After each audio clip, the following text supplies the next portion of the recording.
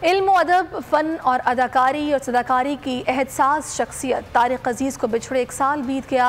खुदादाद सलाहियतों के इजहार से एक नया बाब रकम करने वाले तारिक अजीज़ ने सदाकारी, अदाकारी, अदब और शायरी समेत जो भी काम किया उसमें अपनी छाप लगा दी।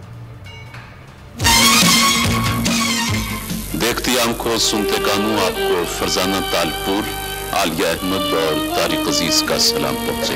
आपके पास तारिक अजीज के अल्फाज जिन्हें सुनते सुनते एक नस्ल परवान चढ़ी। जमाना गुजर गया लेकिन इन अल्फाज से उनसियत खत्म न हो सकी। तारिक अजीज की आवाज का ऐसा सहर जिसने एक जहां को गर्विदा बनाए रखा। कागज के फूल सर पर सजाकर चली हयात, निकली बरून शहर तो बारिश ने आ लिया, ऐसे है जैसे आंख से बीनाई छिन गई।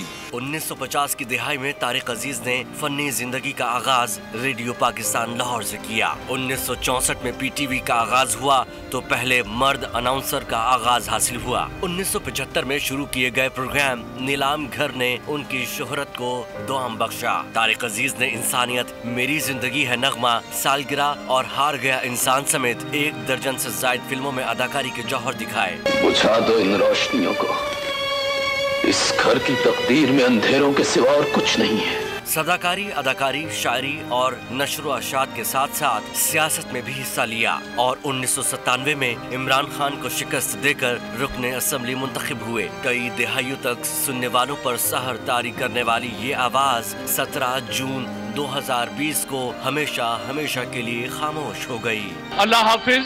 चलते चलते वतन अजीज को दुआ, पाकिस्तान जिंदाबाद।